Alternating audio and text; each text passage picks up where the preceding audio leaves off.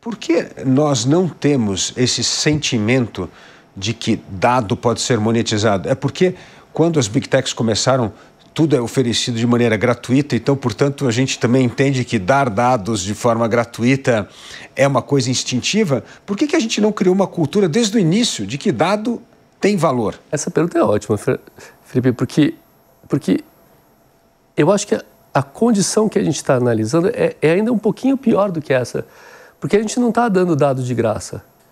Na verdade, a gente está pagando para processar dados. É um pouco pior do que isso. Deixa eu tentar te mostrar. Eu repito sempre, mas é super importante. Todo mundo tem um telefone, né? O mundo inteiro tem 8 bilhões de pessoas no mundo, 7,2 bilhões de telefones. Quem que paga a energia que vai aqui? Quem que paga a conta da operadora? Quem que comprou o chip, né, que processa dado cada vez que a gente manda uma mensagem, faz um pagamento, assiste um vídeo? A gente está pagando para processar 50% do dado do planeta. E a gente acredita que se você está pagando para processar, poxa, você tem pelo menos direito a 50% do valor que esse dado pode vir a criar, né? Os conceitos são um pouco mais profundos. A gente está com problemas no mundo que são muito profundos, né? Assim, as soluções são um pouco mais... E como que a Drumway veio com a ideia da carteira digital, que é uma coisa muito interessante, abrir como se fosse abrir uma conta num banco para gerenciar, ao invés das suas ações, os seus dados? Pensa assim, o seu dinheiro está no banco, né?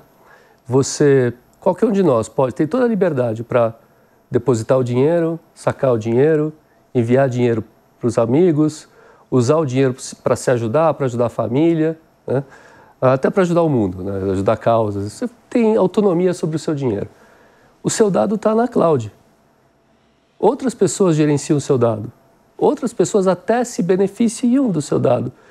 Outras pessoas até podem usar seu dado contra você, né? Então, quando a gente olha para essa estrutura, é importante que os cidadãos consigam ter hoje autonomia sobre o valor dos seus dados. E é nisso que a gente está trabalhando. E como fazer essa mudança de cultura para as pessoas entenderem a importância disso? Da mesma forma que é importante você escolher bem um banco onde você vai depositar não só o seu dinheiro, mas a confiança na gestão daquele recurso.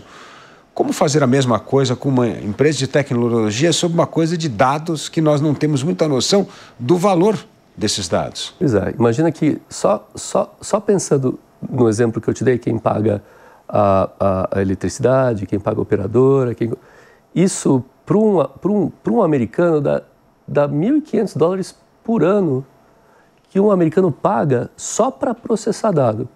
Se você tem direito a pelo menos 50% desse valor, você começa com a metade desse valor. Para os futuros casos de uso, quer dizer, quando esses dados forem ser utilizados em outros casos de uso, além do objeto do contrato que você já tem com a mídia social, que você já tem com a operadora ou com qualquer outro prestador de serviço, qualquer outro produto ou serviço que você consome, né, você vai então ter esse direito. Mas a estrutura que a gente precisou criar para isso acontecer levou tempo, né? Foram 8 anos trabalhando, a gente tem mais de 40 patentes no mundo inteiro.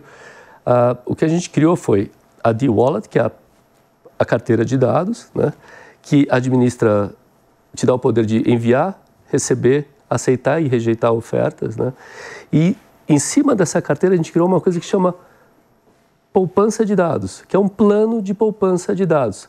Imagina quando surgiu o telefone smartphone, né, o telefone que a gente tem hoje, as operadoras distribuíram os telefones com um plano de dados atrelado ao telefone. Quanto você podia usar de dados. Isso. Agora imagina que você vai ter a sua D-Wallet, sua carteira de dados, e em cima dela você vai ter um plano de poupança de dados, que funciona como poupança, mais de dados, onde você vai poder contribuir os dados que você gera todo dia, né?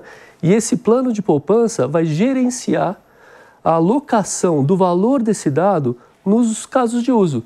E os casos de uso já acontecem hoje, só para começar. Mas eles vão se expandir muito, porque quando você tem dados na ponta do seu dedo, a capacidade de combinar um dado com o outro gera novo valor, né? E gerar valor hoje, no cenário do mundo, hoje, no mercado que está completamente saturado, né, é fundamental para a gente poder pensar num futuro que não é tão distópico, né? Agora, André, vamos dizer, uma pessoa que está nos ouvindo agora, ele fala, puxa, eu gostei dessa ideia de criar uma carteira de dados. O que ele tem que fazer? Como é que é o processo? Tem que abrir uma conta pessoa física com a gente, pega o link. Vai no link, Drumwave, abre uma conta. Abre a conta pessoa física, né? Abrindo a conta pessoa física, você vai poder fazer uma coisa que chama requisitar os seus dados para as companhias que você tem relações com. Você tem relação com o banco, você tem relação com a operadora, você tem relação com a empresa de tecnologia, você tem relação com fabricantes de comida, você tem relações com diversos tipos de entidades.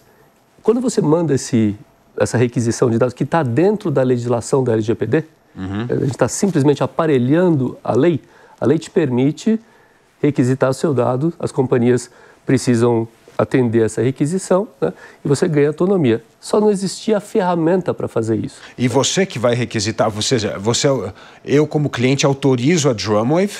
Não, você mesmo faz. Eu mesmo faço. Você está fazendo a requisição. Na abertura da conta eu faço isso. É como se fosse pedir um depósito. Sabe quando você pede um depósito para uma pessoa? Faz um wire para mim. Né? É a mesma coisa. Você está mandando para uma companhia falando, olha, nós temos uma relação, eu consumo de você há 10 anos, 20 anos, 5 anos, 2 anos, né? E eu gostaria de te convidar a certificar esse dado e fazer um depósito desse dado na minha conta de dados. Igual ao banco.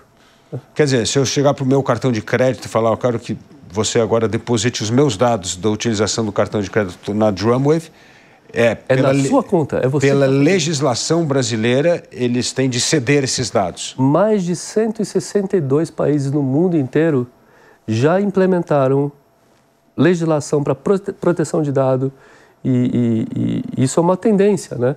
Quando a gente pensa em todas as questões de privacidade de dados, você pensa nessas multas gigantescas que a gente viu, né? De bilhões de dólares. Conhecer alguém que ganhou dinheiro com... É o seu dado que vazou, é o seu dado que foi mal usado e você, mesmo nessas multas você não recebeu nada de volta. Consegue perceber isso? Agora, essa história de não saber dar valor aos dados, o Brasil tem abusos absurdos. Por exemplo, qualquer prédio que entra, você tem que dar o seu CPF ou coisa assim. Ou a sua biometria. Biometria, o que é uma coisa impensável nos Estados Unidos, por exemplo. Você chegar num prédio e alguém pedir o seu Social Security ou fazer biometria, o CPF, o que seja lá. Essa administração de dados pode ajudar também nessa relação exagerada que demandam de dados? Eu acredito que sim.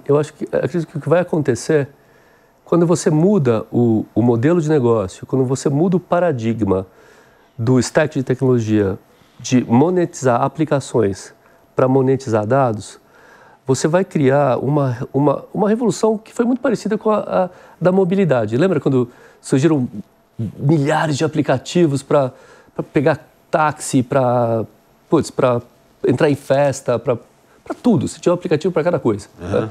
A mesma coisa vai acontecer com dados. Então, a capacidade de combinar esses dados vai criar casos de uso extremamente valiosos, extremamente práticos também, né? Como esse que você está citando. Né? A tua identidade pode estar ligada à sua carteira, porque é isso que você carrega na sua carteira. Né?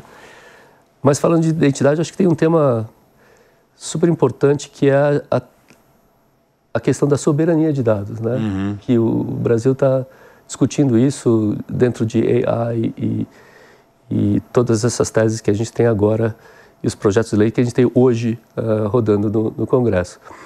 E quando você pensa soberania, né, a gente tem sempre pensado que soberania é uma questão da máquina, onde está o servidor, onde o dado tem que ficar no país. Verdade, tem que ficar no país. Mas imagina que quando você tiver autonomia sobre o seu dado, a soberania está no cidadão. O cidadão passa a ser soberano.